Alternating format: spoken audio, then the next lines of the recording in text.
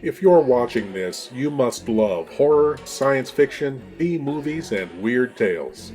You can help spread that love by signing up at patreon.com/LordBloodRah. There you can help support the production of LordBloodRah's Wrackin Theater, presenting the best, worst, and wildest horror and science fiction films ever made. LordBloodRah's Wrackin Auditorium, the podcast featuring chilling old-time radio horror shows best listened to in the dark. And Captain Paxar's Star Cadet Hour, the kind of show kids in the 60s and 70s would run home from school to see, featuring classic science fiction heroes like Flash Gordon, Tom Corbett Space Cadet, Captain Zero, and many more. Plus, if you sign up, you'll have exclusive access to content available nowhere else, like LordBloodRah's B-movie reviews, radio episode commentaries, and more. Sign up today at patreon.com/LordBloodRah for the love of horror.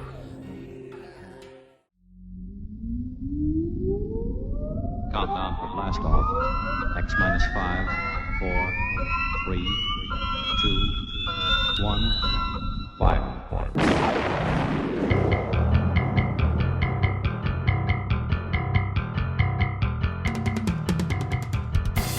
Welcome to LordBloodRah's nerve-wracking theater.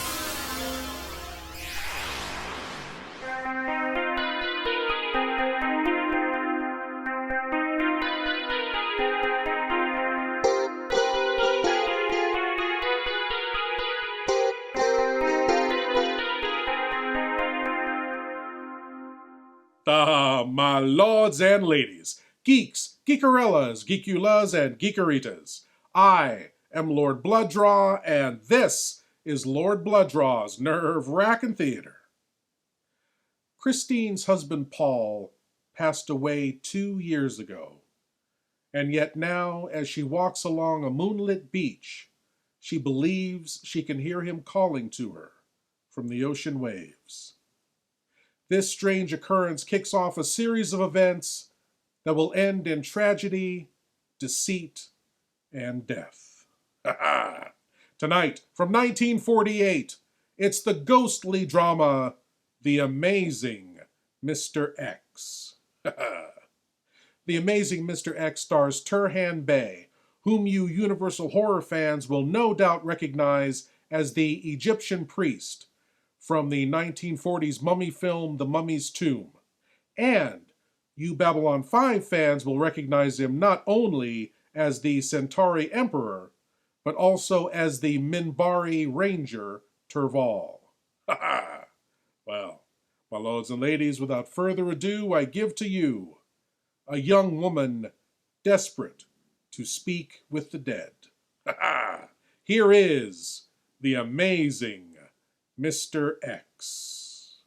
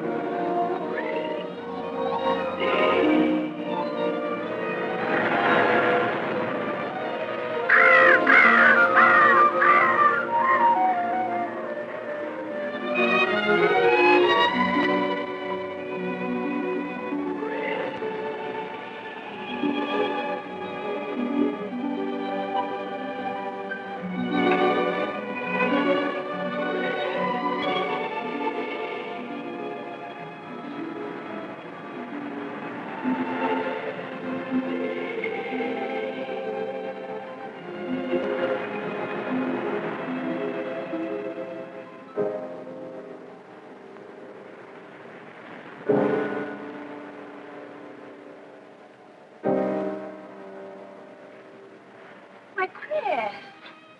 Oh, hello, Janet.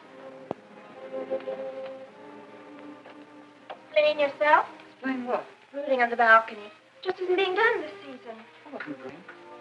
Lying to one's sister about this season, too. Strangest thing happened. I thought I heard a man's voice out over the ocean, calling my name. Next time he calls, ask him if he has a friend for me. I'm serious. How can you be serious? It was the wind. Or those foghorns. Perhaps. But it sounded like Paul.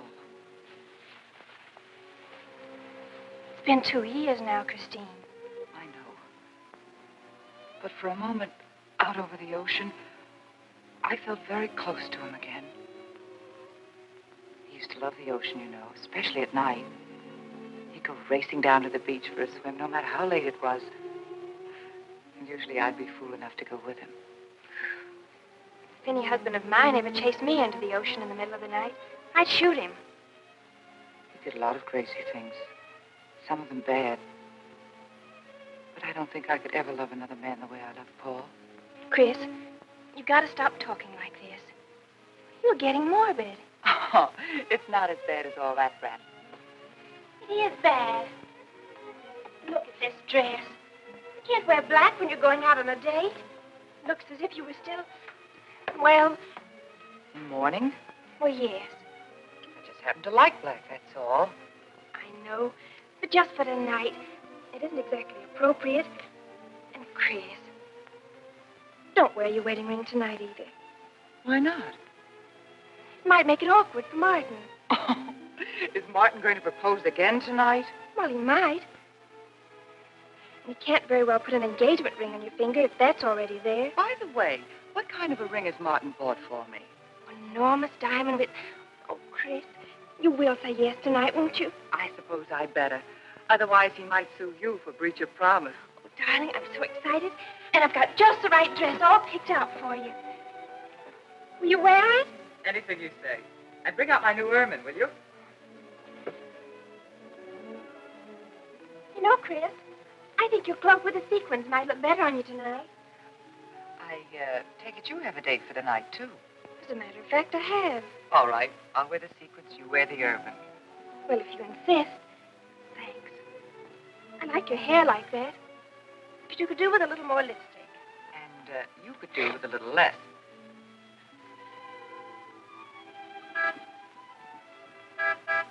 Do you suppose it's Martin? You know Martin would never honk a horn at a lady. It's probably your young man. By the way, which young man is it tonight? It's... You know, I've forgotten. Have a good time and come home early. Well, I can't do both. Then you come home early. You come home engaged.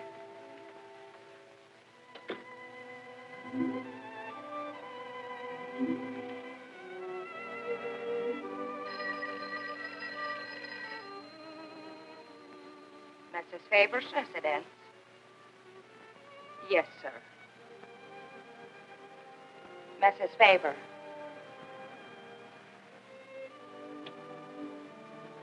It's Mr. Abbott, ma'am. Thank you, Emily. I'll take it here. Hello, Martin. Don't tell me you're standing me up. No. It's just that some idiotic client came into the office at the last minute, and I... Well, no, I know it's not serious, but I particularly didn't want to have anything interfere with tonight.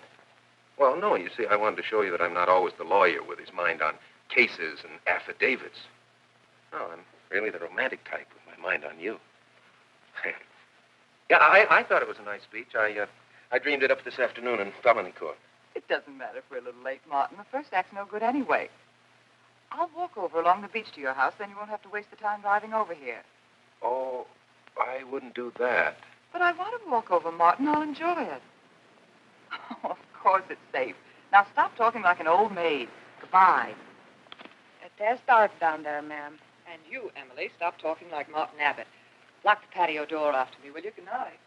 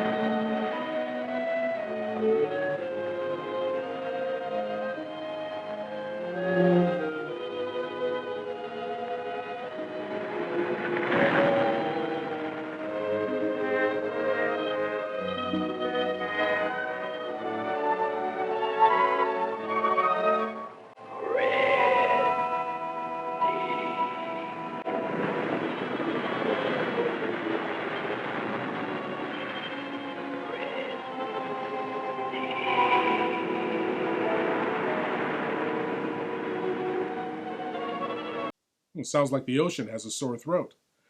Christine's date, who is running late there, is, of course, played by 1950s sci-fi stalwart Richard Carlson, who starred in 1953's It Came From Outer Space and the all-time monster classic, The Creature from the Black Lagoon. Hey, you don't think...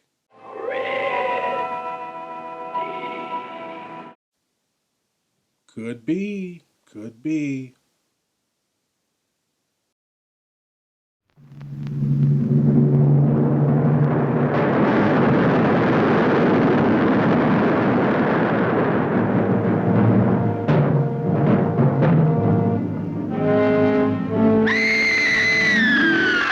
Why do you suppose there were no reports about this thing until 1946? What could have happened then to start the stories? 1946, well, the bikini underwater experiments were set off then. Maybe that started something.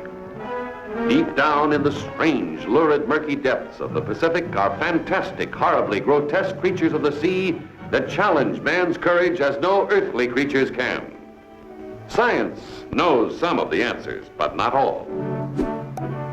And among science's unknowns is the strange identity of the living monster from the ocean floor. How'd he get out of suit? No man gets through that. And what happened to him? Here is the first undersea battle ever photographed between a giant killer shark and a woman, as she searches for a monster even more deadly. Could absorb a man. Or a woman. Bonnie, cast off, on the double.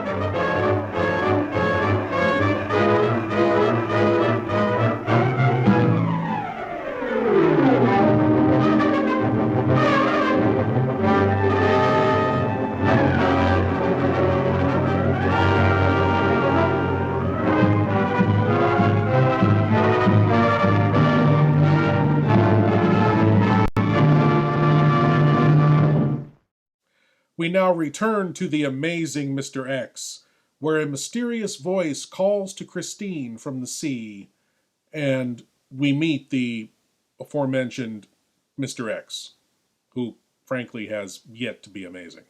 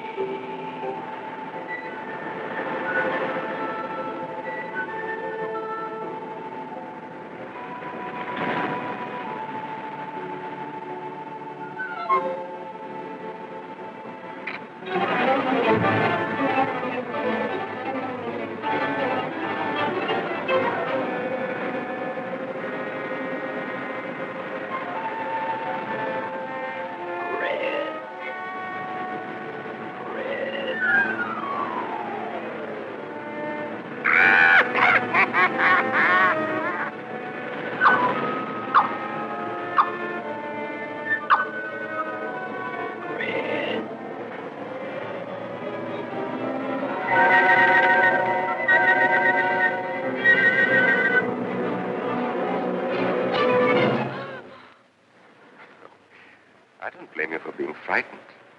You made a decision tonight that angered him, and now you're fighting to sustain it. Well, you have all my hopes fighting with you, madame. I felt you were married. I saw your husband dead and you moving toward a new marriage. And I see I was wrong. Sometimes I am.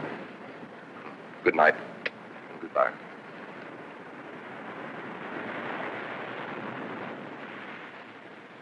Wait. You weren't mistaken. My husband died 2 years ago. I felt I could not be wrong. I saw him dead and his car in flames. Oh, I'm sorry. I don't understand how you know all this. I suppose people do talk. Do you live around here? No, I wish I did live on the ocean. Here is my name and where I live. Alexis. Psychic consultant. Oh. I see you place me in the same category with fortune tellers, snake charmers, and magicians. Oh, well, many people do. But you must know who I am. How else would you know all these things? Perhaps because we are very much alike. You and I. Free spirits, both of us. Like my friend here. We like the night, the mist of the ocean. The wind whispers to us and the sand feels cool under our feet. We're not like, oh, I have his name now, like Martin. There's nothing wrong with Martin. Of course not. If only he would understand how little he understands. Well, Martin is very logical. Yes, that's why you should marry him. Oh, even free spirits have to come in out of the night sometimes and put on their shoes, pay their bills, go to the dentist, and of course, family dinners on Sunday. You really shouldn't be so irritated by his little mannerisms, like when he clears his throat, announcing that he's going to kiss you any minute, or when he counts off all his plans on the tips of his fingers. How? I can't tell you how I know these things. But it hardly matters, does it? Since we're not going to meet again. Christine? Chris! Oh, over here, Martin. Hi. Hello.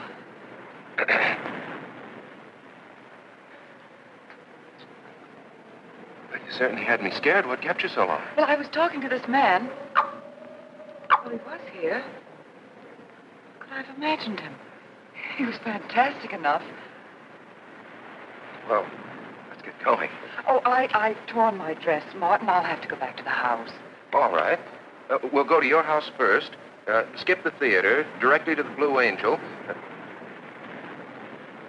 What's the matter? Nothing. It's just that it's so late and I'm a little upset. Could we make it some other night? Of course. You sure you understand? When it concerns you, Christine, there's nothing I don't understand.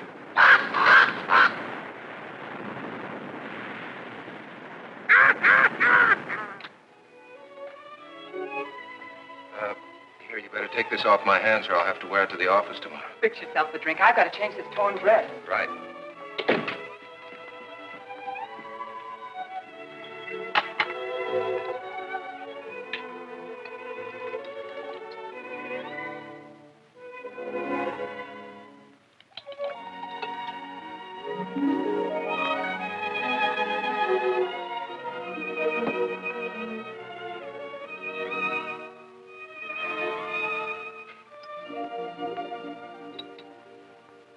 Martin, how flattering. I should have thought of this in the first place. This is much better than any nightclub. Yes, and just think, no head waiter, no smoke, no people. And at the end of the evening, no check. Oh, Martin, you think in such practical terms. I'm a very practical man. For instance, I just said that to make you pout. But better to do this. I've been trapped. Right. Now, if you'll just step over here to the sofa by the fire. Another trap? Definitely.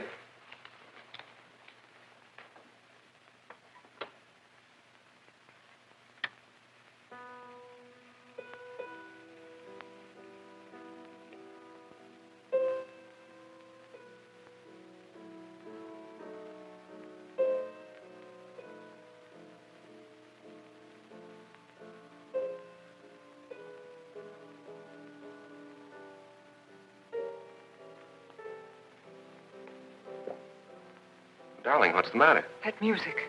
It's just a phonograph. But we don't have that record. Of course you do. It was right on top of the cabinet. That's strange. What's the matter, Chris? I'm sorry, but that was Paul's favorite prelude. I've heard him play it 100 times right here in this room. Turn it off, will you? No, I won't. Look, darling, Paul's been gone too long for you to act like this. I know. Chris, I'm not saying this for my sake, but your whole life's ahead of you. You can't waste it probing into the past. If I can't make you forget Paul, well, find someone else who can. You're right, Martin. I'm sorry I acted like a child. Would you get me a drink? Right here, ready for you. So you think I should go find somebody new? Only if it's absolutely necessary. But I've been so out of touch with people lately, especially men. What do you expect me to do, bring some around? Well, that would be very nice of you. Only you know how hard it is for me to meet new people. Well, I can see I'll just have to propose to you. Oh, Martin, I talked you into it. You sure did. And very fortunately for you, I just happened to have an engagement ring on me.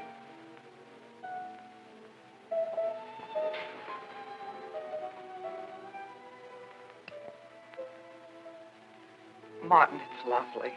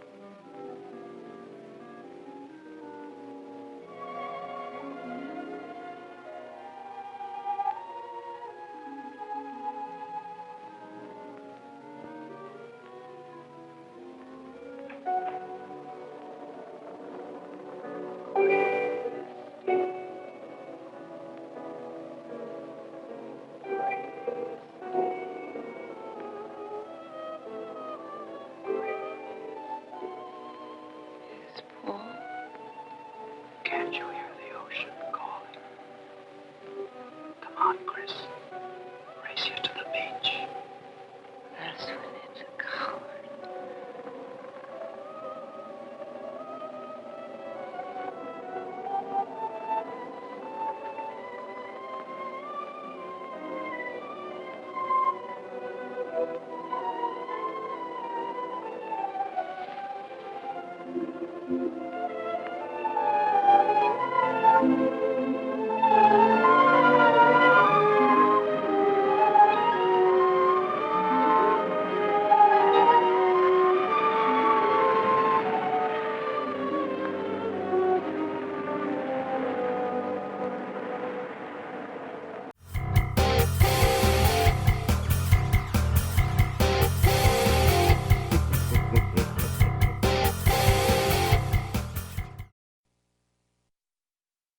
Dance, baby, dance, come and dance with me. Hear the beat of the pounding sea. Ride, baby, ride, come and ride with me. Let your feet go easy and free. What do you make of this? Where does the other end go? It dumps into the ocean. It looks exactly like the South American Fantigua fish. I hope you can take one alive, Sheriff. I still believe that a human clawed that girl to death. The Beach Girls and the Monster, starring John Hall, Sue Casey, and the glamorous Watusi dancing girls from Hollywood's famed Whiskey A Go-Go nightclub. Music by Frank Sinatra, Jr. You got a monster in the surf. Yeah, yeah. Chicks, do you have a problem? You won't have after you meet the monster on the beach. If you see this ghoul, play it cool. beauties in bikinis, laughing, singing, surfing, sinning. Beach party lovers making hey hey in the moonlight while the monster waits and watches. Yeah. This one will kill you.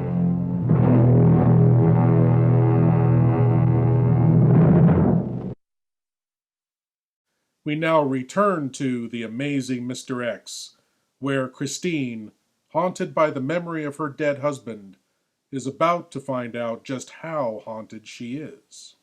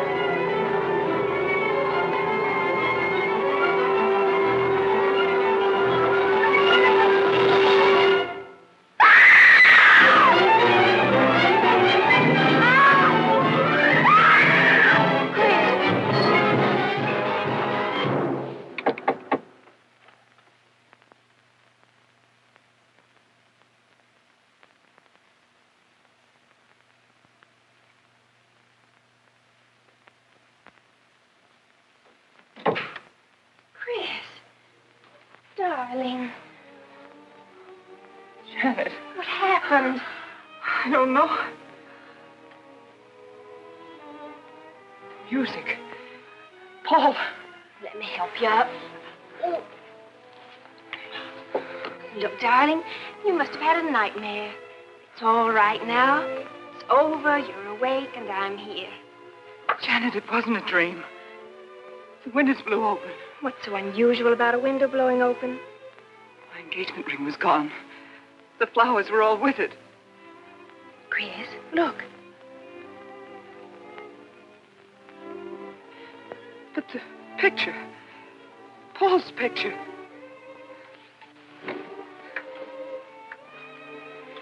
You see? Just a bad dream. I was awake. My wedding gown there in the closet. It came toward me. I swear it did. It's just your bathrobe. You probably pulled the door open like this, and it flung out like that. My wedding dress isn't there? How could it be, Chris? It's been locked in the trunk room for years. It wasn't a nightmare, I tell you. I saw those things.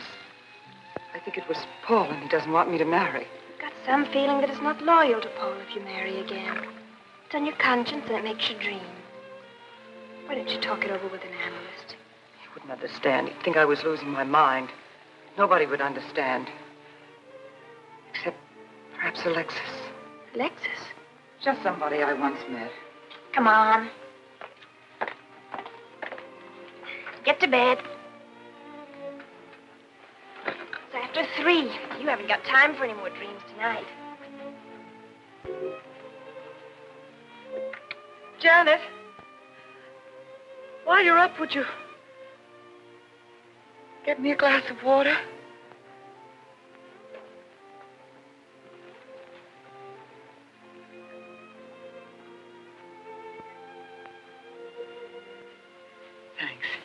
Janet. I thought I was supposed to be the baby in the family. Here, give me that water. Move over. Baby. Night, Chris. Night.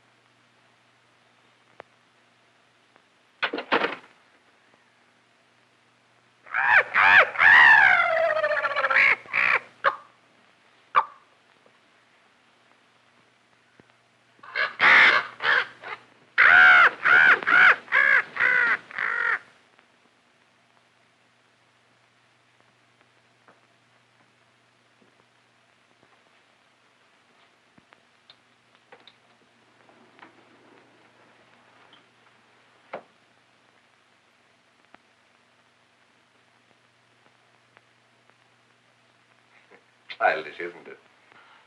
I think the ocean and the fog were more effective. I agree. But in my work, I deal with many different kinds of minds. Generally speaking, I think you could say that 3 types of people come here to see me. The first, a fairly large group, come here to scoff. Sometimes a few of them remain to pray. The second have childlike, credulous minds. They long to believe. They're tired and sad and need comfort. All this helps them. It creates an atmosphere. You see? A mood like music. And in it they find a few brief moments of comfort which helps them to continue with their gray little lives. And so I do not think it is so childish after all. Do you? And the third group?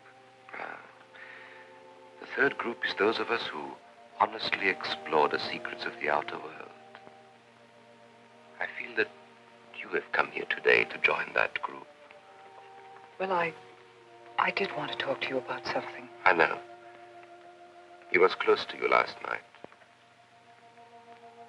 And he's close to you now. But wait. Maybe I should repel him, not bring him closer. Why? His presence is so strong, it might be dangerous. How could Paul's presence possibly be dangerous to me? To your plans. You want to get married and lead what is termed a normal life? But if Paul is trying to reach me, then I want to help him. Have you thought what people will think? What Martin will think? I'm not afraid to think as I choose. Then, Christine, if you have the courage and the will to explore, I will help you. Now relax. Let your mind be free and receptive. Whoa, whoa, whoa, whoa. Now don't let your minds be too free and receptive now. The commercials are coming up. If your mind is too open and receptive, you're liable to call a 1-800 number and order a diabetic rescue dog who sells reverse mortgages and auto insurance. And you don't want that showing up on your front porch. From the depths of hell comes The Devil's Messenger, starring the master of mystery Lon Chaney and Karen Cannon. If you give my message, you'd have to go back.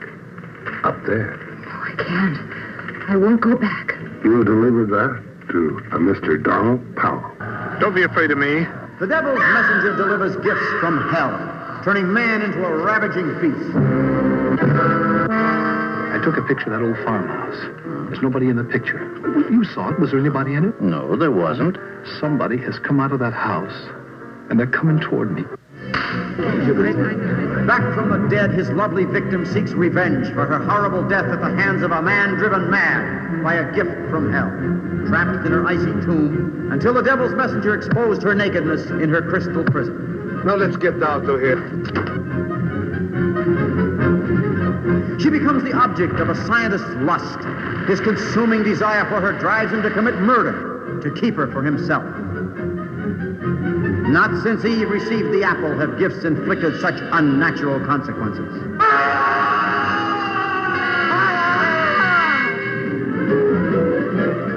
Tonight at midnight, you will be dead. Just how do you intend to kill me? I've no idea. I don't even know you.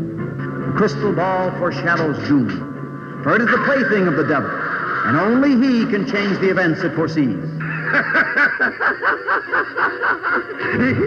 You must see what the devil's messenger has in store for you.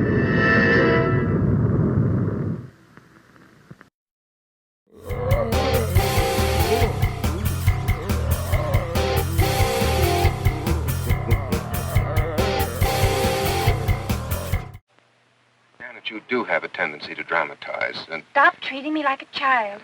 I tell you, she's been going to see him for weeks, and...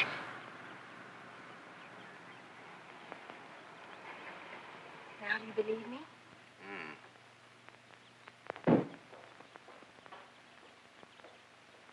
She's been reading psychic books, too. And talking about Paul as if he were still alive. It gives me the creeps. Let's go. Now what are we going to do? We're going to get a detective, see what he can find out about this spook chaser. For 20 years, I've been operating among these phony mediums as a private detective. And I've yet to find one concrete bit of evidence of communication with the dead.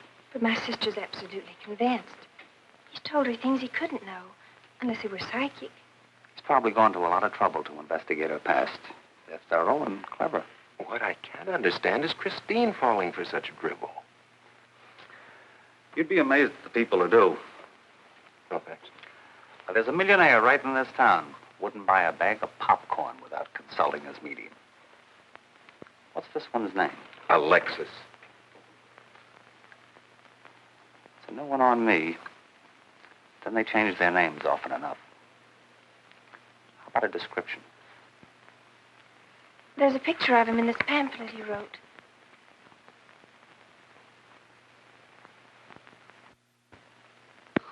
This? I used to be a magician. That's how I got into this racket.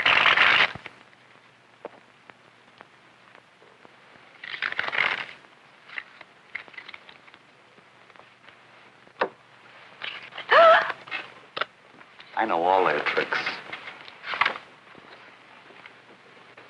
Alexis. It's called to Chicago on a case once. A young man named Maru swindled a society lady out of a whole hatful of money. That's Alexis. He certainly looked corny. If that's Alexis, we can report him to the police. What charge? He served his stretch, and that's that. But at least Christine will be through with him. I mean, if we can prove he's a crook. How can we identify him? Well, I could go out there and try to get his fingerprints. But I think the only times these fakes are really psychic is when there's a detective around. They look in their crystals and see you coming. Maybe we could send somebody you wouldn't know. Oh, no, I think that...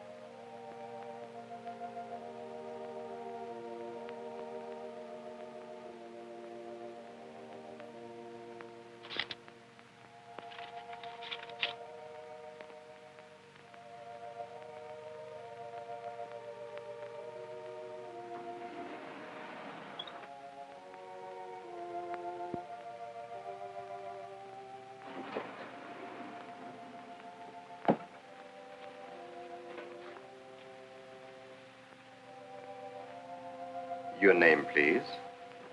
Harper. Mrs. Charles Harper. Not Mrs. Charles G. Harper. Yeah. I mean, no.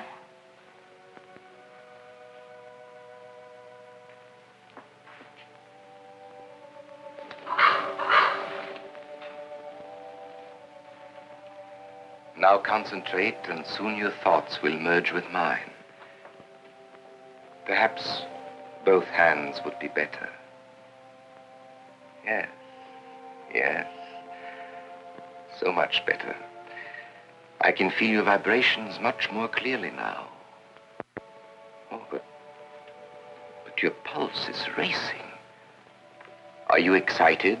Nervous? No. Oh, but of course, this problem is troubling you. The question you wrote comes to me, but faintly, almost as though it were false. Oh, but another question comes through with all the power and strength of love and truth. You are concerned about someone you love, a woman, your sister. Is it your sister? Yes. Older than you, but still you have a maternal, protective feeling about her. In many ways, you are more mature than she. Golly, I'm glad somebody finally realized that. Of course, you didn't always feel that way. Once you were jealous of her. You envied her popularity and her pretty clothes, and you used to try them on when she went out. And they suited you because there is an air of maturity and sophistication about you. In many ways, especially intellectually, you are much older than the many young men who admire you. You know, I'd noticed that. Does this feel uncomfortable to you? I think I'll have a cigarette. Mrs. Harper?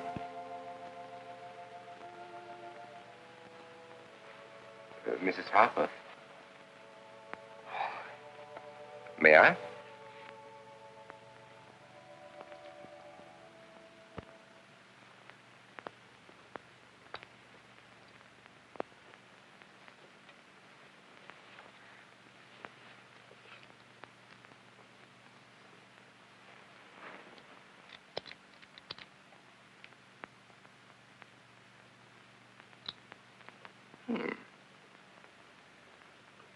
What an attractive case.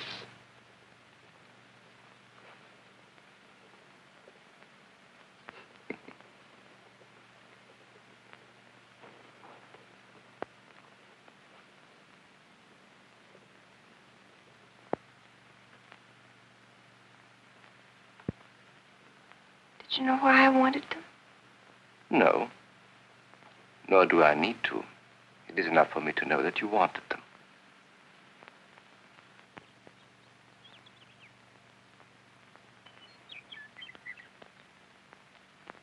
Alexis, I hope that nothing you've done to help my sister will get you into trouble with the police. I mean, if they should investigate you or your past life, would they find anything that would make trouble for you? Well, there are many things in my life of which I'm ashamed. But, and this may sound strange, the memory that I cherish is a term in prison. Oh, there are many brave men who were imprisoned in their fight for science and truth, and I'm proud to be one of them. I think you may be able to understand this. But anyway, do with this as you think best. I trust you.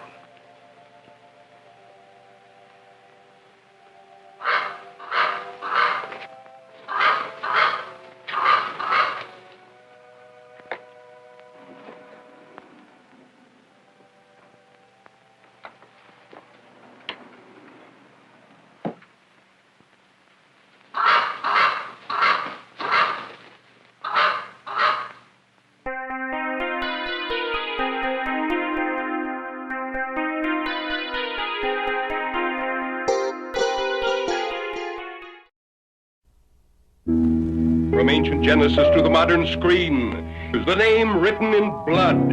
Ika! If I could just call you on the phone. The code of the ghost at the sign of the toad. Nobody lives on the Brownsville Road. Thrill to the newest recording star, Artaud Jr. Oh, the scream in this way. See ravishing Marilyn Manning in a thrilling, chilling story.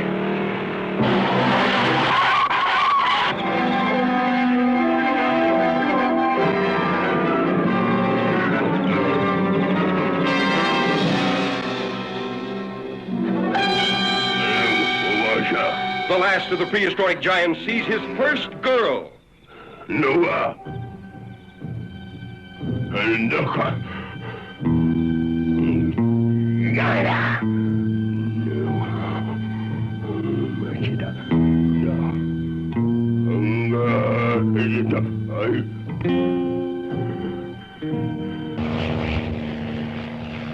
Curious newsmen search deep in giant country for the last of the ancient cavemen.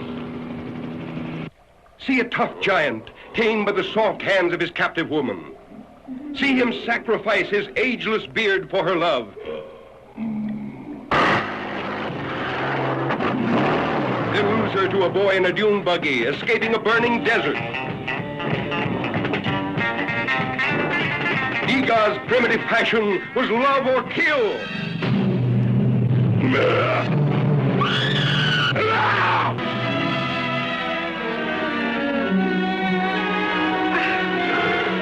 Hear Egar talk, the ancient language of love, used at the beginning of time.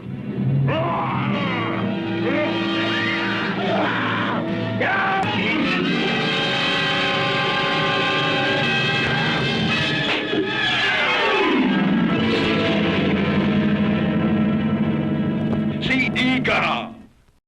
Now back to The Amazing Mr. X, where our medium appears to have made an extra large impression on Chris's little sister. Let's see if she fell for it.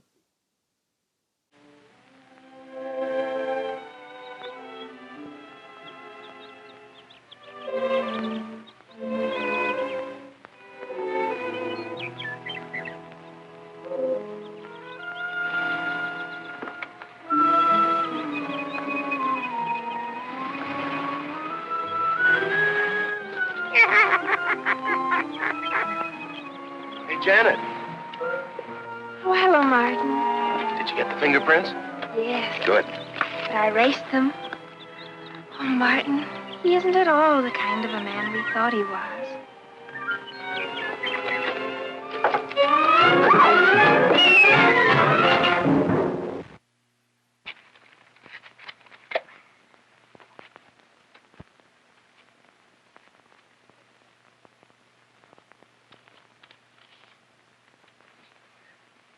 Thank you.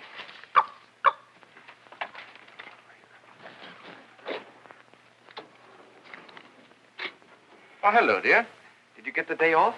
What time to? Yeah, Mrs. Faber. No, Mrs. Faber. I'm getting sick of it. And how is our client? She's hooked good. Good, she is. Huh? And does she feel that her beloved husband is close to her? Surprised she hasn't asked me to lay an extra place at the dinner table. Here's a photograph of her parents. It was in the trunk where I found the wedding dress. Oh, that would be very useful. When are you going to put the bite on her? Oh, Vivian, you put things so crudely. I imagine that very soon Mrs. Faber is going to press money on me to continue my psychic research. Good. I'm getting sick of this Swedish accent. I need a new role. No, I have a new assignment for you. Straight from the obituary column. A lonely millionaire who... I had no more appointments today. Here. Help me get these things out of the way. What do you pay for those chunks of glass these days? $3 a piece. It used to be $1.95. You know, somebody ought to do something about this high cost of living. You should complain. You're selling them for $25 to your psychic students. I used to. But who am I to fight inflation? I'm charging $50 now. Expensive car. Expensive clothes. I would say no brains and lots of money. So So long as you're here, Vivian, you might as well check the car for me. There might be some papers or something in the glove compartment. Okay. I'll use a turban in case you find out something.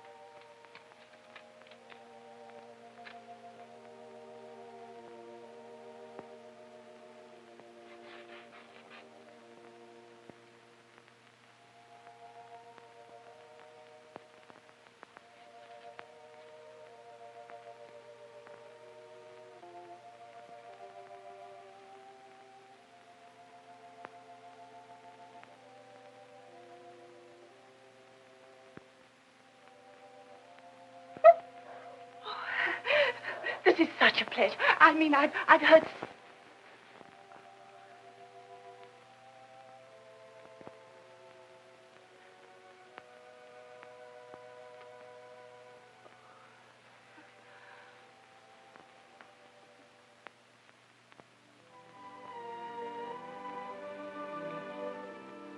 I'd rather not tonight, Martin, really. I'm much too tired. Well, let's decide about Friday later. Call me tomorrow. Good night. Will that be all, Mrs. Favor? That's all, Emily. Thanks.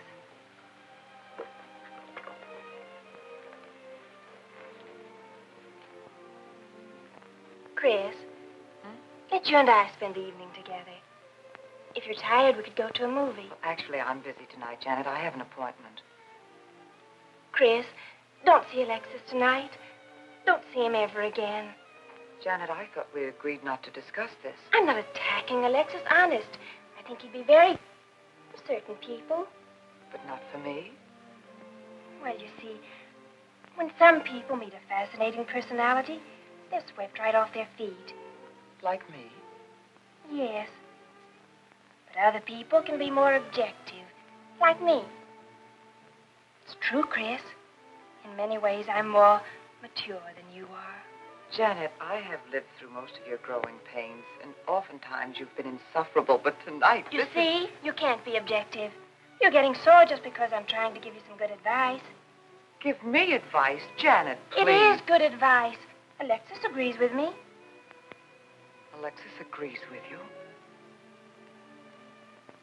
You see, I've talked to him a few times about your problem. I went to his house. How did you find him? Fascinating. Absolutely fascinating. You know, he has one of the most vibrant personalities. And you came to this conclusion while discussing my problem? Well, we talked a little about me, too. Janet, good night. I'll leave you alone with your objectivity.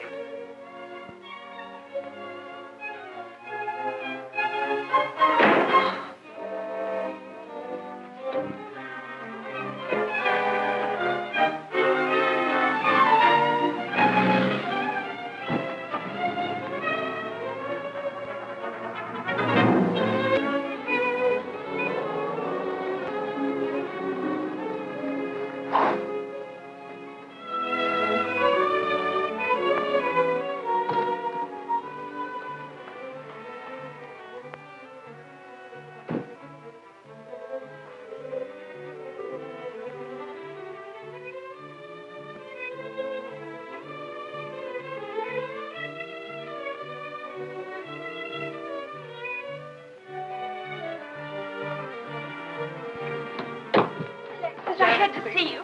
Don't pay any attention to it. I feel a disturbance. If we are to reach the outer world tonight, we must leave behind us all thoughts that are hostile and on a low emotional level. Now, Janet, this is your first seance. There must be some skepticism in your mind. Oh, no. Perhaps only in your subconscious mind, but nevertheless we shall proceed under test conditions. If you will be good enough to hold this key for me. And Christine, will you tie my wrists together securely? Oh, there's no need to do that, Alexis. I have every faith in you. Oh, but I insist, for my own sake. Here, Chris, you take the key. I'll tie his wrist. All right, Janet. Start with the right one. Tie one knot in the center. Tightly. That's good. Now tie my hands behind my back. Very tightly. Thank you. Now lock the cabinet so that you know that I cannot possibly move from this chair.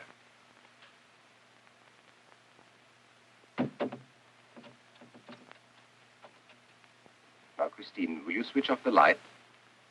The switch is right in behind you. The room must be completely dark. Sit down on the table.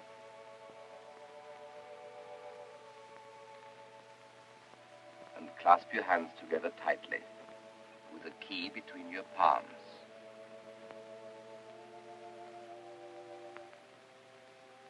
If you see anything at all, do not move around or cry out.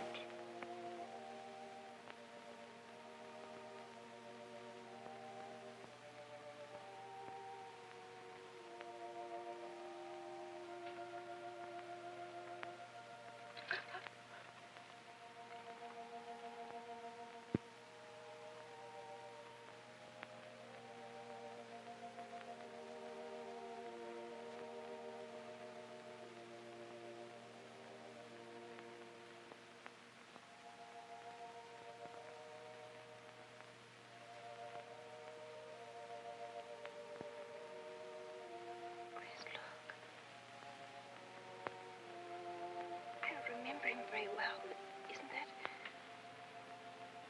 Yes, Janet. That's Dad.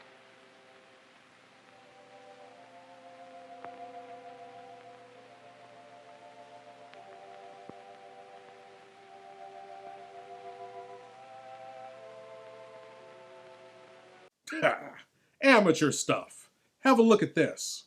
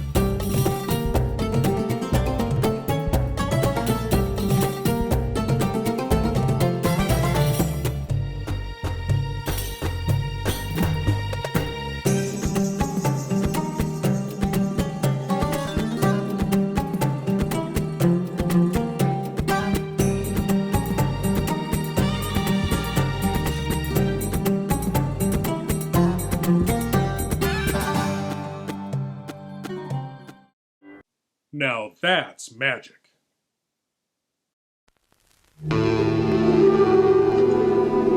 For 2 million years in these subterranean caves, a creature of superhuman evil was entombed in a wall of ice,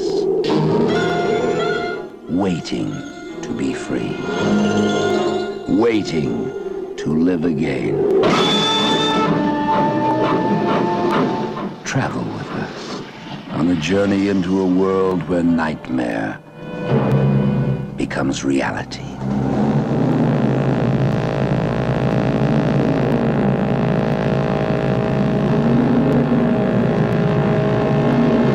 Are you telling me that an ape that lived 2 million years ago got onto that crate, killed the baggage man and put him in there? Yes, I am. It's alive. It must be. Travel with us, if you dare, on the Horror Express.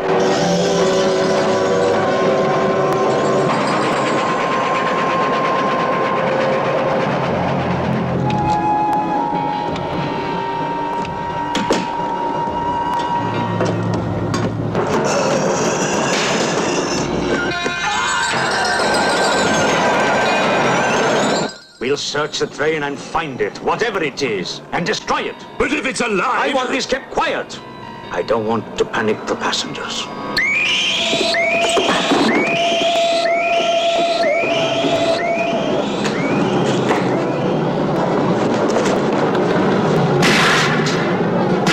The malignant power of this creature is indestructible, transferring its force from mind to mind, from body to body.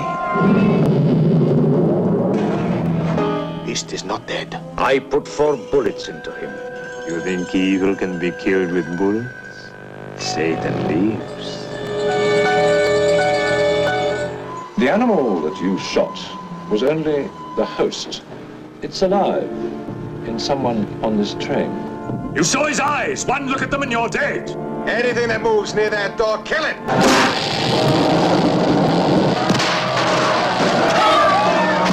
Run. Run for your life. Hide, but you can't escape.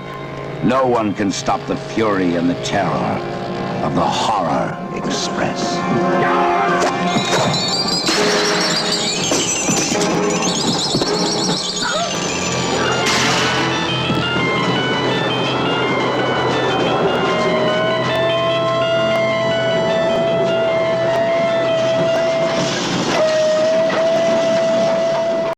We now join Mr. X's Kooky Spook Show and Midnight Seance Mayhem, which is already in progress. You'll be surrounded by the most hideous horde of horror creatures ever to walk on the earth. You'll see back from their graves fiendish vampires who drink human blood. Girls, do you have the nerve to meet the Invisible Man? He puts his arms around you. You can't see him, but you feel his presence. Do you feel it, Janet? The chill? Cold breeze, like ice.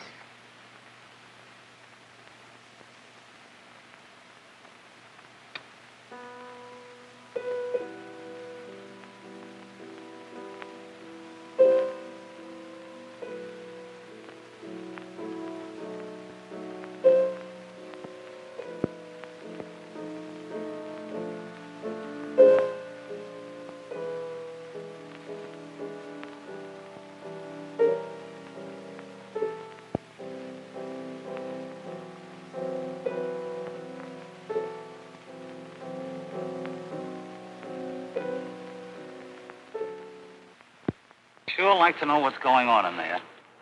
If he's staging a seance, it'd be a good opportunity to prove he's a phony. Let's sneak around back. There may be a window we can look through. Or climb through.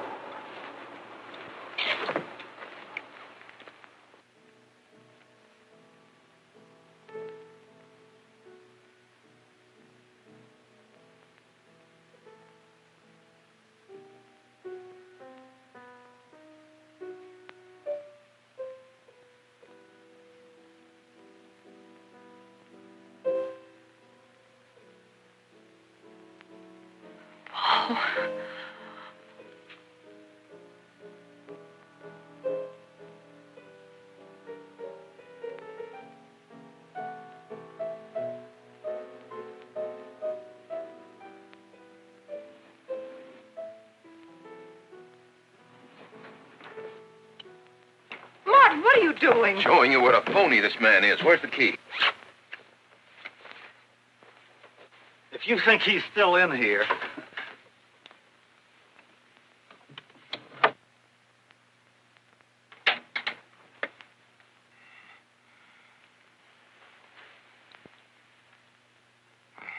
What is it? He's quick on his feet, I'll say that for him. How could he get out when I locked him in? He could show you if he wanted to. You tie a knot like this. And then? Martin, this is dreadful. Yes, it is. I'm afraid I must insist you don't come here again. Insist? By what right do you insist? Oh, we're engaged. Well, even if we were married, I'd think as I pleased. And I won't close my mind to truth just because you don't happen to understand them. Truth, poppycock. Be logical, Chris. Be logical. Pardon me, Mr. Abbott. Do you think you could possibly defer your discussion long enough to untie this rope? Oh, I'm sorry, Alexis. I'll do it. I happen to understand more about these things than you do. Do you realize that man has a criminal record? Alexis told us he was once in prison, if that's what you mean. Sometimes a prison record is something to be proud of. I'm terribly sorry about this interruption, Alexis. I saw him. I saw Paul. We will bring him back. Even if you could bring him back, she'd be better off if he stayed where he is, dead. She never meant anything to him but money. Martin. He'd been married and divorced before, each time with cash settlements. If he'd lived, he'd have made you miserable and ended up where he belongs, in jail. I never thought you'd attack a dead man with lies he can't answer. Yes, it's in the records. When Martin disappeared, did you or did you not ask me to investigate? Yes. Well, in the course of my snooping, I found a second Mrs. Faber, divorced in Las Vegas just 6 months before he married you. I think he went over there to see her. I never could find her, though, and Paul was dead, so... Seems very strange that if it were true, you didn't find it necessary to tell Mrs. Faber. Yes, I suppose it is strange. And very silly to try and protect the girl you love. She only runs as fast as she can to another phony like you. Come on, Hoffman, let's get out of here. Going so soon? I'd hope we might stay around a while. You should stay. You'd soon learn what amazing powers Alexis has. I'm always willing to learn. Perhaps you'd like to resume the seance. Yes. Under real test conditions. And have you report me for conducting a seance? I should say not. He probably could report you now. But if you'll sit down here at this table, and while we all hold hands like real good friends, if you can make any of your spirits walk or talk, I think Mr. Hoffman will let it ride this time. It's ridiculous. Show them, Alexis. Yes, Alexis. Do. I'm afraid under such hostile circumstances, any contact with the spirit world will be practically impossible. Yeah. I've heard that patter routine before. I know it's easier when you can run around the room in the dark. Who doesn't run around in the dark? Go on, Alexis. Let them see for themselves what you can do. Okay, let's go.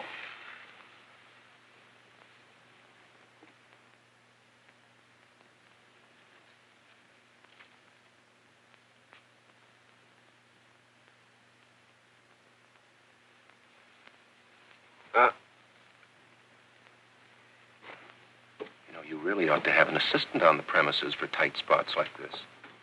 We checked, you see, to make sure you hadn't. Shh, you talk so loud. You mean we'll frighten the ghosts?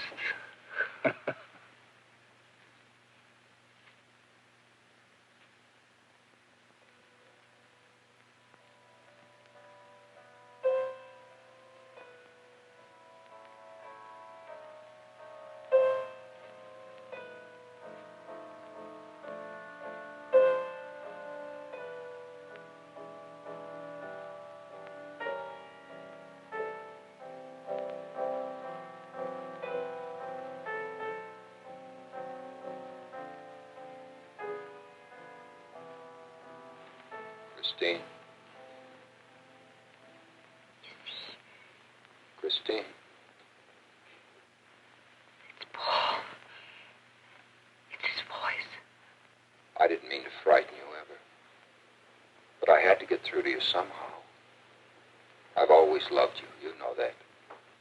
Yes, Paul.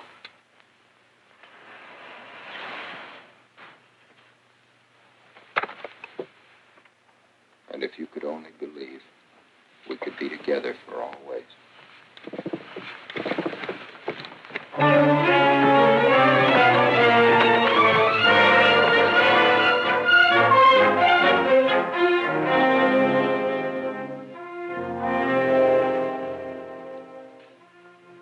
There wasn't anybody out there. 20 years, never anything like this.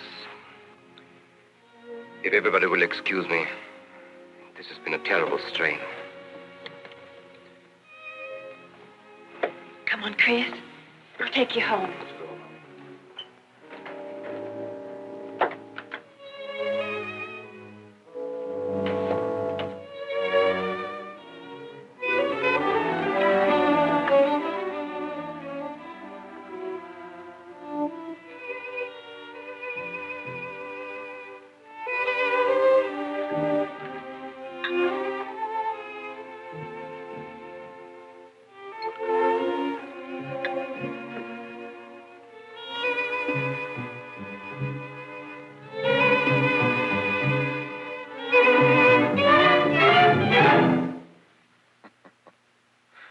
you so startled about? You're used to raising the dead, aren't you? Although I guess with me it was a little easier, because I'm only legally dead. Hey, he cheated. He didn't materialize a ghost, he materialized a sleazebag. And you don't need a seance for that. They're all over the place. The amazing Mr. X.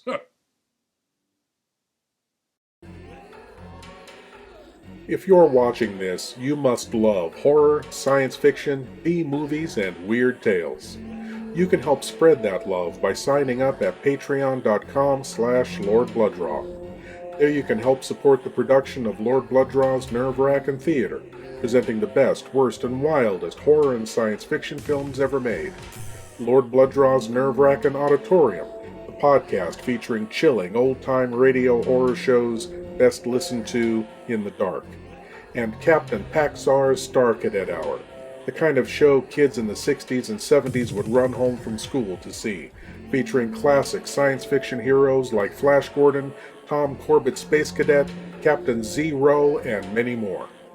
Plus, if you sign up, you'll have exclusive access to content available nowhere else, like LordBloodRah's B-movie reviews, radio episode commentaries, and more.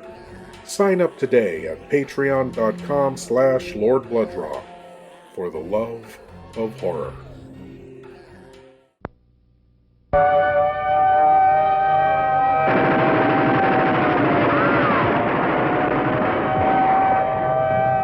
Why'd you set up the brake?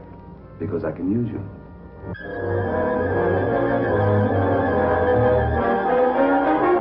This machine utilizes X-ray, ultraviolet, and alpha, beta, and omega rays.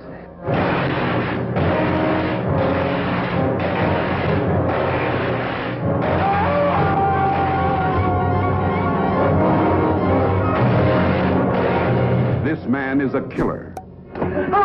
Mad with dreams of fantastic power. We're conducting experiments requiring fissionable materials. That's atom bomb stuff. The government has that locked up tighter than Fort Knox. You work for us faithfully, or you'll be turned over to the authorities.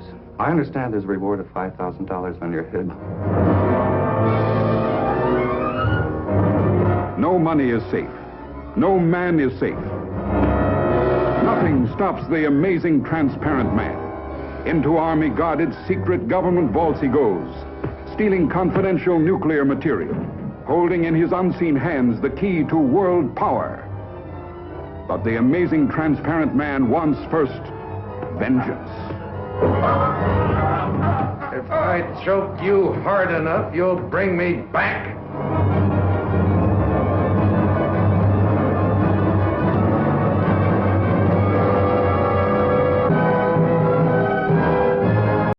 We now return to the amazing Mr. X, where, for all of his crystal balls and smoke and mirrors, our medium has only succeeded in conjuring up Christine's not-so-dead husband. You know, I've been watching you ever since my widow started coming to you, Alexis. I find your methods quite amusing.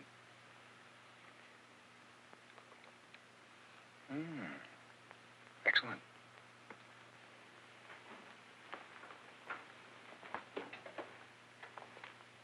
How do you get out of that rope thing? Manipulation. But how did the cabinet?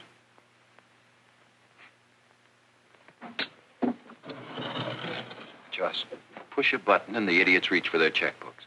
It isn't quite as simple as all that. There's a lot of psychology involved and research. Sounds dangerously like work. However, your bag of tricks can be useful to us in our present plans. We, have plans? I didn't help you out tonight just for the fun of it, my friend. I can use you. You see, I need money.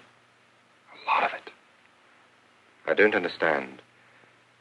If you went back to Christine, you could have anything you want. You don't seem to have a very analytical mind. No, but Christine still loves you. She... Oh. You mean if you weren't dead, the police might want to know who it was they found burnt to death in your car? Exactly. Have I been using the wrong piece of music? What? Oh, no. You have the right one for Christine. I used this one for my first wife. Was it her ashes they found in the car? It was me they found in the car. Don't forget it. Perhaps I should point out that I'm in a very curious position. Since I'm believed dead, I could even kill a man. Nobody'd think of looking for me.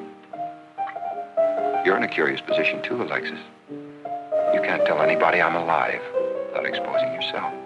That's right, I can't. It is a very curious position. And a profitable one. I don't think it's too premature to congratulate you upon an extremely advantageous marriage. Marriage? Come, my friend. You must be prepared to make some small sacrifices. You don't expect me to marry Christine? No, the little one, Janet.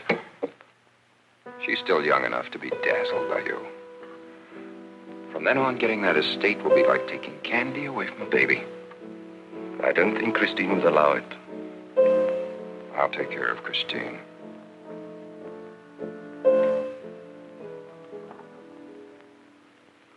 I'm a little rusty on this one. I'll have to practice. Have this piano tuned, will you?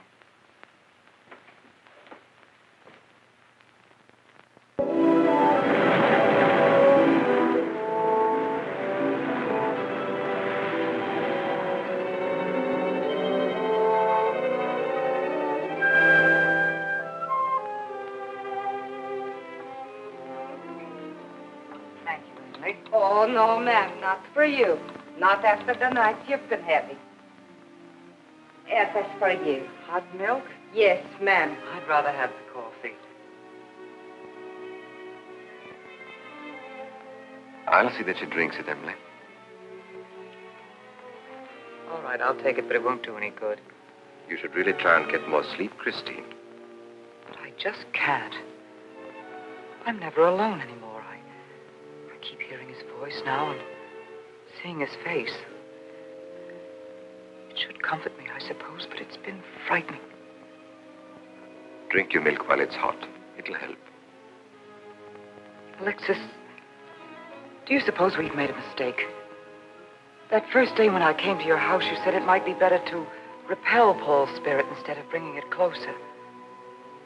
Perhaps you were right. Perhaps I was right. Then would it be better to try to break the contact now and not go... It's too late. At this stage, I could never break the contact. We'll have to finish what we started. If it would only bring me rest. Well, let's begin the seance now. I think that before we start, you should relax. And I should be more familiar with the surroundings. It is very difficult for me in a strange house. Perhaps if I walked around the outside for a while... I'll show you. We can even go to the ocean. Go ahead, Janet. I'm feeling rather tired.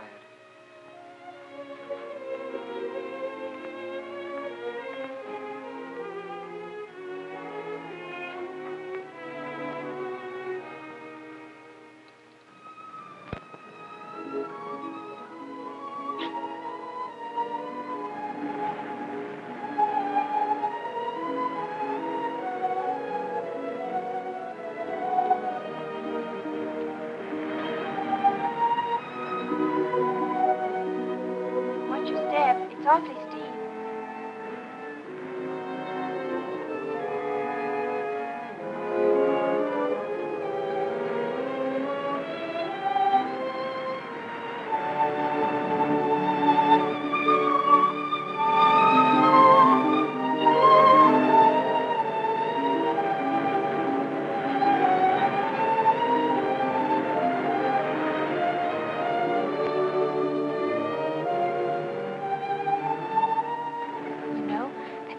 Talent along spirit lines. You do? Yes. I've been reading and studying. I think maybe I'm mediumistic. Oh. You know that seance we had at your house when Paul appeared?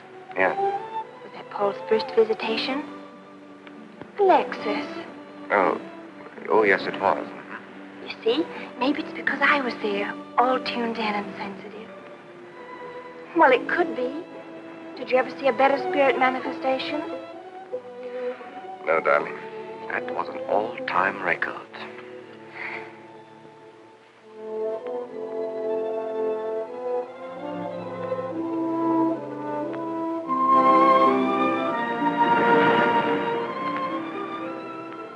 thinking about my sister. Yes. She's very attractive, isn't she? Most men admire Chris. But Christine will always belong to Paul.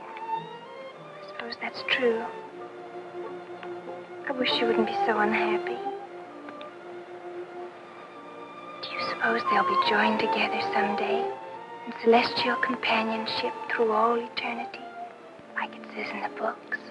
Yes, I'm sure they will. Alexis, do you think I'd make a good celestial companion? Darling, I think you'd be wonderful. And we'd love each other through all eternity? Oh, even longer. Alexis, why don't we start right here on the Earth plane?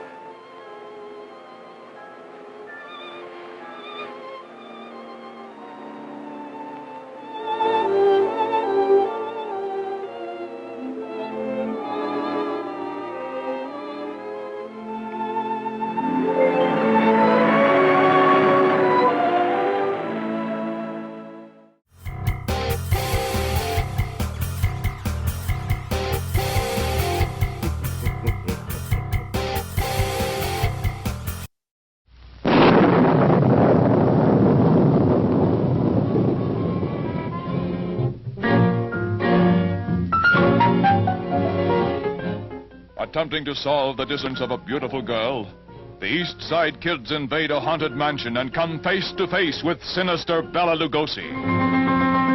The kids take the first round, but that's only the beginning of this terrifying night.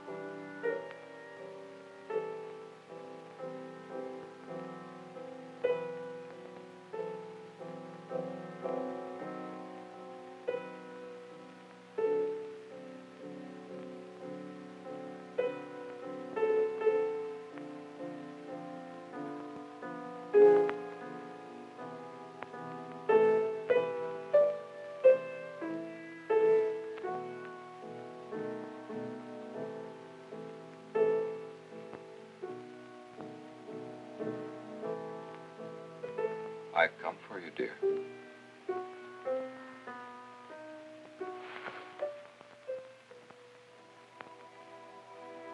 Hurry, Chris. Paul, wait. I'm frightened. There's nothing to be afraid of.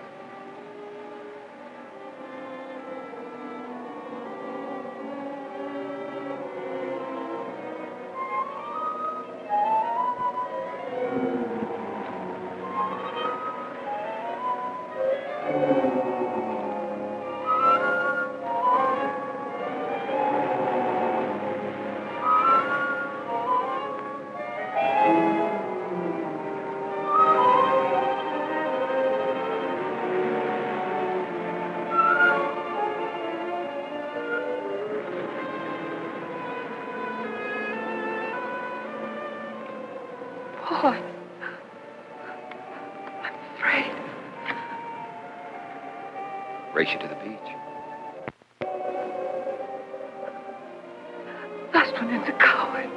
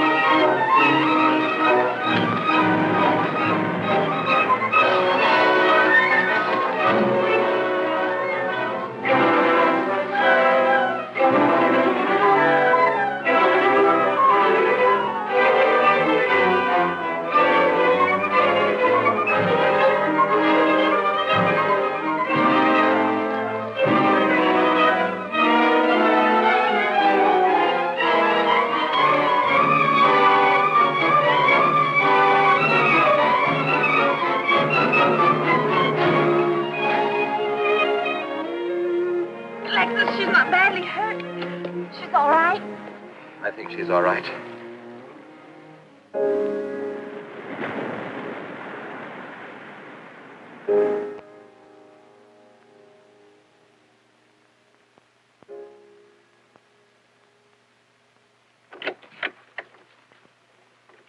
What are you doing here? Well, at the moment I'm opening the door, but not very wide. You're not exactly welcome here. Where's Emily? It's Thursday, Mr. Abbott. Her day off. Where's Frida? Frida left yesterday. She said she thought the house was haunted. I can see what she means. I want to talk to Mrs. Faber. I don't think she wants to talk to you. Janet. Chris. She's in bed. She's making herself ill with this morbid nonsense. Oh, it isn't bad. Chris had a fall last night on the cliff. She might have killed herself if Alexis hadn't caught her. What was she doing on the cliff? Well, she thought she heard Paul calling.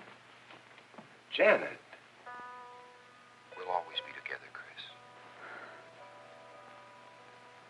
Together, always. Yes, Paul. You'll always be mine, Chris.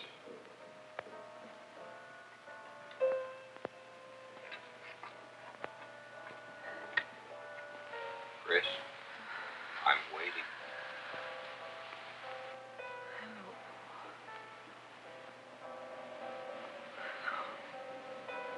We'll be together, Chris. Together, always.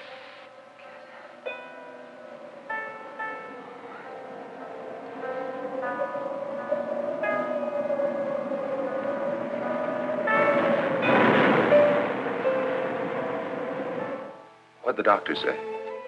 Chris wouldn't have a doctor. You've got to be logical about this. But she's not badly hurt. She's just bruised and shaken. In the first place, she's in a state of hysteria. In the second place, she shouldn't be in this house. Everything in it reminds her of Paul.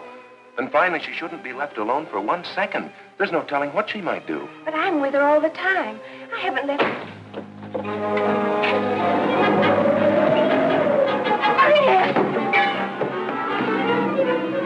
Chris! Martin!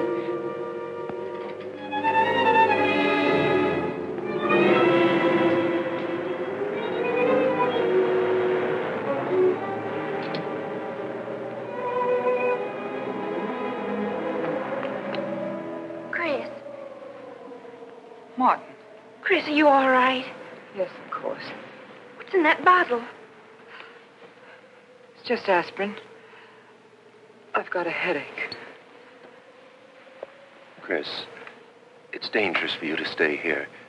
You need rest and care, perhaps in a hospital. You're trying to separate us. I won't go to a hospital.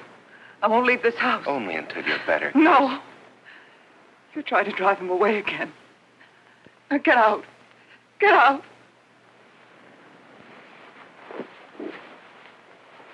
I'll leave before I upset her anymore. I'll see you at the door, Martin.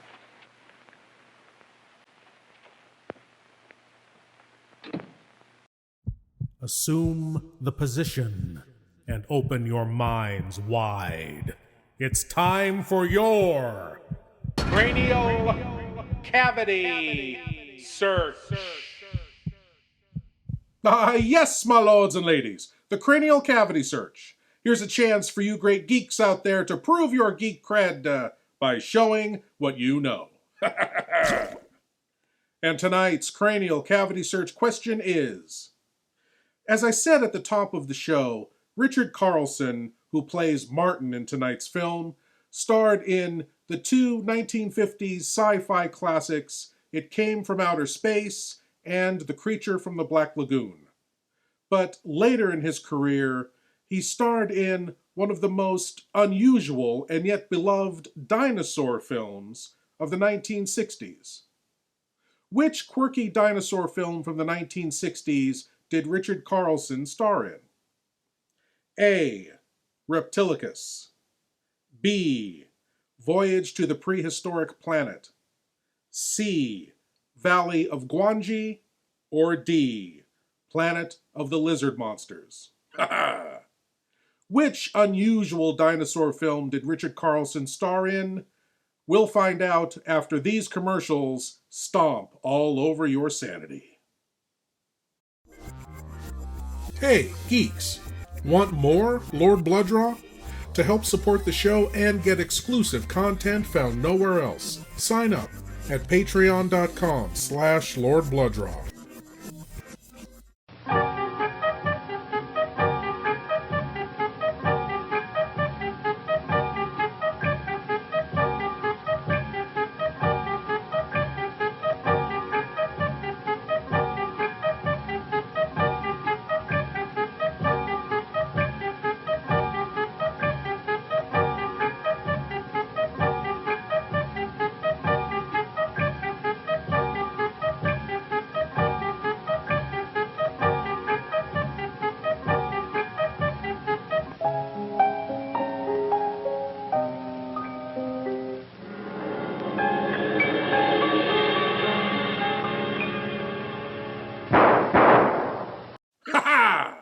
And the answer to tonight's cranial cavity search question. In which 1960s dinosaur film did Richard Carlson appear? It was C. The Valley of Gwangi. Yes, my lords and ladies. The Valley of Gwangi from 1969. The Cowboys Meets Dinosaurs film originally conceived by King Kong creator Willis O'Brien back in the 1940s. But it wasn't until special effects master Ray Harryhausen and producer Charles Schneer revived the project in the 60s that the film was finally produced. Ladies and gentlemen, what you are about to see has never been seen before by human eyes.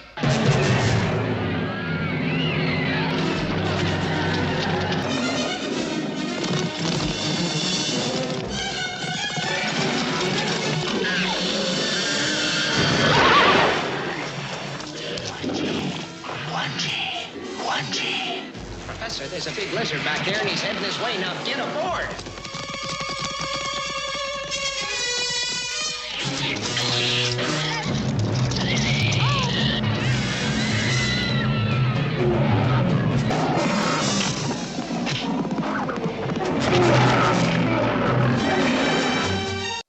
Yes, my lords and ladies, the Valley of Gwangi.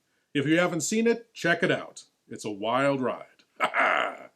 But now, on to the conclusion of The Amazing Mr. X, where we'll find out if Paul's evil plans, with the assistance of Alexis... Hello. Huh? Oh. No. I didn't say Alexa. Hello. No, I said Alexis. Hello. No, Alexa. Hello. I said Alexis. Hello. I'm not even talking to you. Yes, you are. Let's just go back to the film. It's about time. They've left the room. Then you can resume the treatment? If you hadn't tried to play the hero last night, all this wouldn't be necessary. I had to save Janet, didn't I? You're not falling in love with her, are you? Look, if I'm going to marry into this estate, there's got to be somebody for me to marry.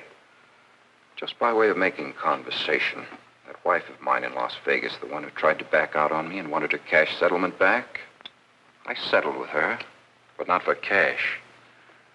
Now, if you should back out on me, I wouldn't hesitate to settle with you either, Alexis. I know, because you're in such a curious position.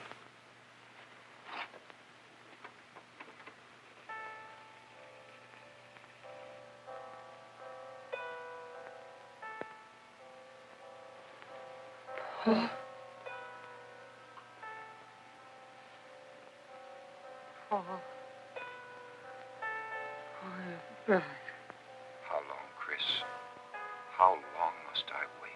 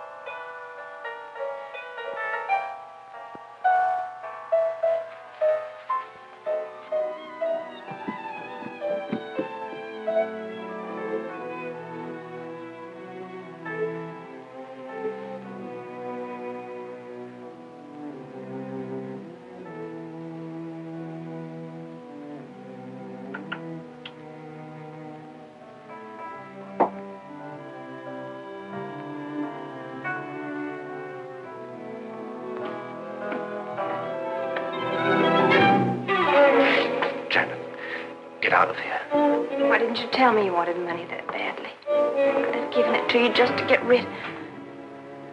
Paul! Yes, I'm alive. Legally, I'm dead, and I'm going to stay that way. But if you're alive, I won't be able to. It's too bad you came down here, Janet.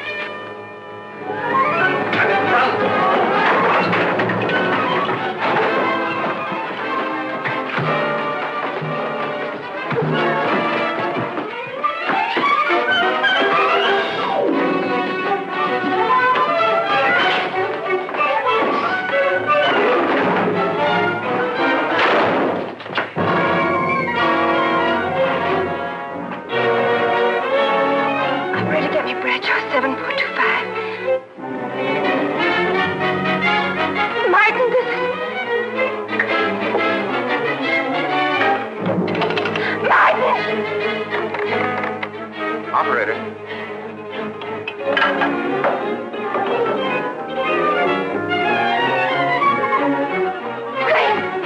Chris, wake up!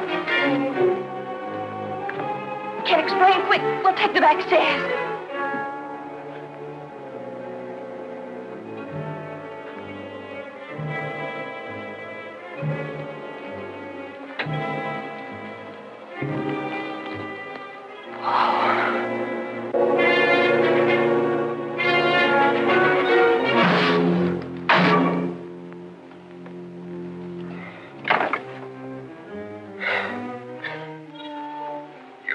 Paul.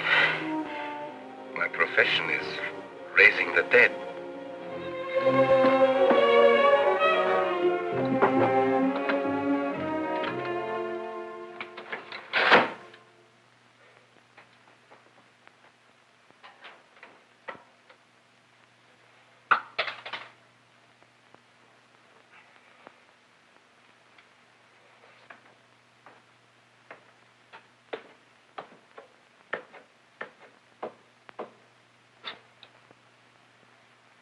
You're losing quite a bit of blood, aren't you, Alexis?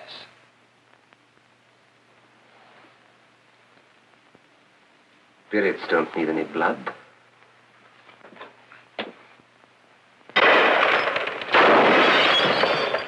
Do you think bullets can harm us ghosts?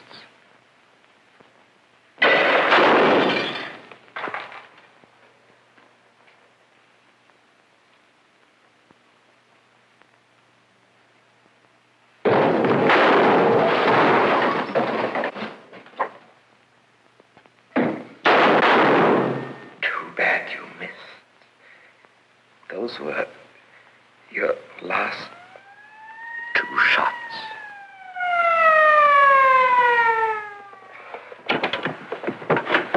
The police are here, my friend. Your gun is empty.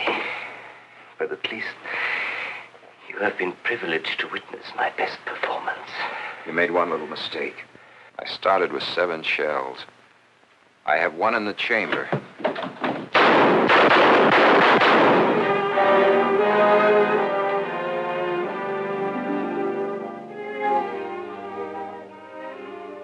Alexis, you were wonderful. Yes. I guess there must be a better side to my nature. But now you must forget me. No, never. I don't need a crystal to see that your future is bright, Janet. Don't you go clinging to the past. I lived by feeding people's desire to escape the present. But you can't escape for long. Alexis, I'm afraid for you. I'll be all right. I'll find some spirits that want to contact people.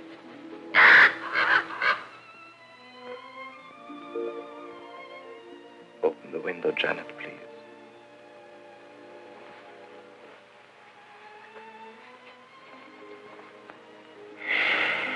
Fly away, my friend. I won't need you anymore.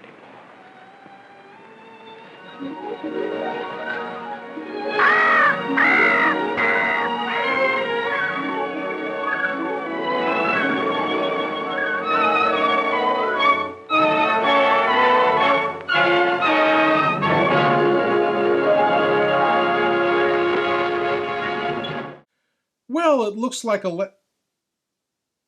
our medium has redeemed himself, but I'm betting Christine's going to need a little therapy after going through this whole ordeal. Yep, a whole lot of therapy. Anyway, my lords and ladies, I want to thank you all for watching, and I want to invite you all back again next week when we'll do whatever this is all over again. Ha ha! As always, I am Lord BloodRah saying, geek out.